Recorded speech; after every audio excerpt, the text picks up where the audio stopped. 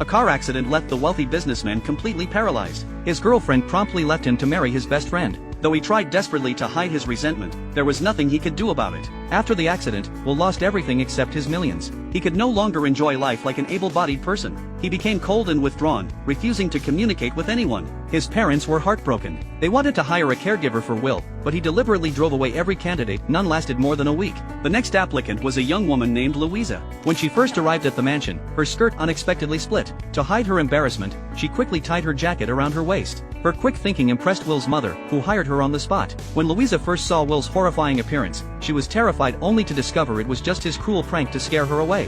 When that failed, he began mocking her torn skirt. Though deeply hurt, Louisa needed this high-paying job to support her family. She initially thought Will was naturally cruel, but when she noticed the scars covering his wrists, she began to waver in that judgment. Every day, Louisa wore brightly colored clothes, trying to help Will fall in love with life again, but nothing seemed to change him. Until one day, when Will's ex-girlfriend visited with his former best friend to announce their engagement. Will kept his composure and offered his congratulations, but after they left, he angrily smashed all their photos. Looking at pictures of Will from before the accident, vibrant and full of life, compared to his current state, Louisa finally understood why he was so bitter. Just as she was determined to continue trying to change his outlook, she accidentally overheard his parents arguing and learned that Will had decided to undergo assisted suicide in 6 months. 6 months, the length of Louisa's contract, and the remainder of Will's life. Unwilling to simply accompany him toward death, she began carefully planning trips and experiences, hoping to reawaken Will's desire to live. Their first outing ended in disaster when Will's wheelchair got stuck in mud, drawing a crowd of onlookers offering help, exactly the kind of pity Will despised most. Later, Louisa took Will to a restaurant, but they were refused entry and insulted by the staff.